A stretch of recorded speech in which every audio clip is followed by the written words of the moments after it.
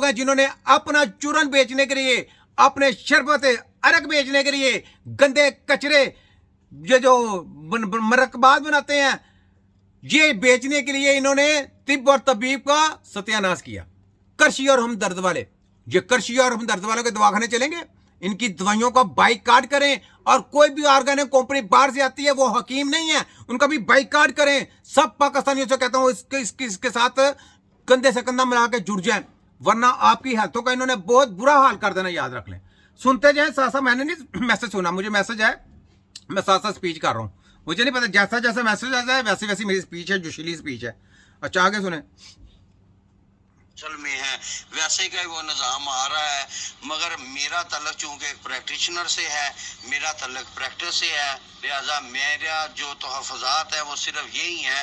वहाँ पे ड्रैब का नुमाइंदा बैठा हुआ है, वहाँ पे पंसार के बारे में डिस्कस होगी, वहाँ पे हकीमों की दवाइयाँ बनाने के बारे में डिस्कस होगी कि वो नहीं बना सकता, क्योंकि ड्रैब ने एक तबीब को सिर्फ डिस्पेंसिंग की इजाज़त दी हुई है। डिस्पेंसिंग के बारे में आप किसी भी अच्छे क्वालिफाइड जिसने इंग्लिश में एमए किया हो, अब आप देखें, यानी एमए किया होगा, वो हमको बताएगा कि जनाब आपने दवाई तैयार करनी है। एमए करने वाला मामा लगता है। हम चैलेंज कर रहे हैं तुम्हारे एमए को, एमएससी को, तुम्हारी पीएचडी को, तुम्हारी डब्ल्यूएचओ को, तुम्हारी जली तलीमों को, क्या है हमारे साथ मुकाबला करें और इलाज करके दिखाएं।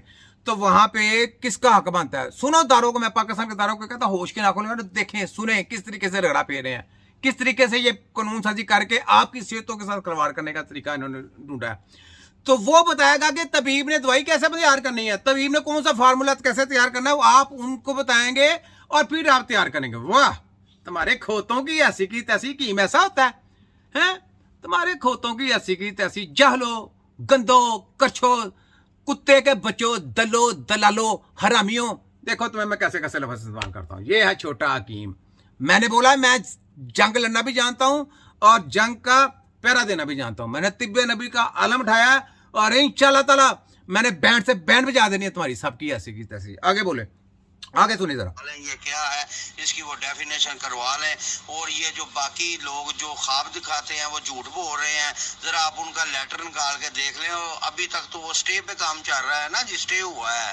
तो जब ये कानून बन जाएगा तो सर स्टे खत्म हो जाएगा, फिर हमारा क्या हाल होगा। मेरा तफसीर यही है कि जो प्रैक्टिस कर रहे हैं तबीब, उनके लिए जनाब सलारे थे, मोहसिन थे, जनाब कदर, जनाब अहमद सलीमी साहब क्या कर रहे हैं जनाब। आइंदा भी आपने अगर शहरों से इलेक्शन, ये सलारे तिब नहीं है, ये सलारे तिब नहीं है, ये दलाले तिब हैं, दलाले तिब हैं। सलारे तिब तो वो होता है जो तिब पर मर मिटता है। ये दलाल है, यानी तिब को बेचने वाला, तिब के नाम पे अपने आप को आगे प्रमोट करने वाला, तिब पे नाम पे तबीबों को साथ जुल्म करने वाला, ये सलाले दलाल है। सलारे दलाल लगा समझ, ये तबीब नहीं है। मैं हमदर्द वालों को, ये दलाल हैं, दलाल हैं। और ये एचईसी वाले डब्ल्यूएचओ के दलाल हैं, पंजाब हेल्थ वाले डब्ल्यूएचओ के दलाल हैं, पंजाब हेल्थ वाले लंदन के दलाल हैं, और एचईसी वाले हायर एजुकेशन अपने बच्चों को भी गुलाम बना रहे हैं और गलत तलीमें दे के पूरी कौम को गुमराह कर रहे हैं। और सारा प्रोपेगेंडा शामिल कौन है, पीछे देखें हैंडल कौन है। मैंने तो नहीं छोड़ना, ये छोटा हकीम है, मैंने रगड़ देना सबको। देखो तुम्हारी सबकी ऐसी की तैसी। आगे बोले। इलेक्शन तो मेरी नजर में इंदा नहीं हो रहा, ये आपको भी पता है, मुझे भी पता है। और क्या होने जा रहा है नए कवानीन में, ये आप भी समझते हैं। चूंकि वो जनाब उधर 15 तारीख को 14-15 को हमारे वाह शमसी साहब और एक और दोस्त हैं, वो मिनिस्ट्री में फिर रहे थे। वो मेरा दोस्त जो है ना उधर, उसने मुझे बताया था कि जनाब हकीम साहब थे आगे लभदे फिरदे ने कि की होना है।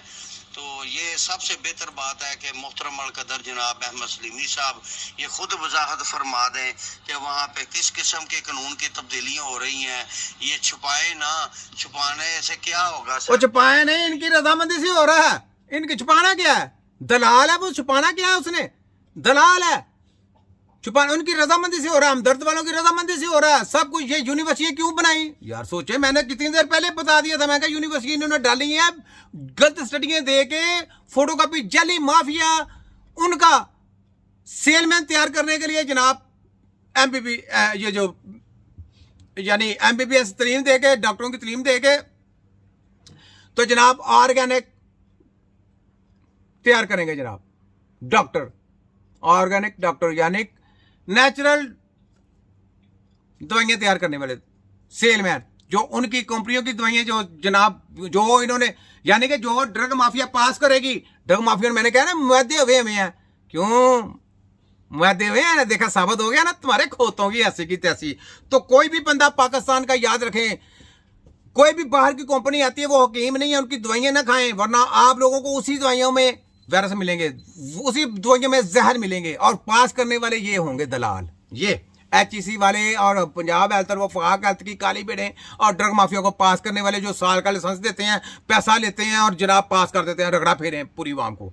उनके बच्चों का देखिए, उनको अपने बच्चों से प्यार नहीं है। देख लें किस तरीके से रगड़ा फिरना आप लोगों के, आपकी हेल्थ के साथ, ये सोच लें आप, ये मैं नहीं कह रहा, ये सुन लें कि पूरा कानून पास हो रहा है आप लोगों की हेल्थ के लिए। हम लोग जंग लड़ रहे हैं, इंशाअल्लाह ताला हमारे तो तन गर्दन जुदा हो जाएगी, लेकिन हम इस काम से पीछे नहीं हटेंगे।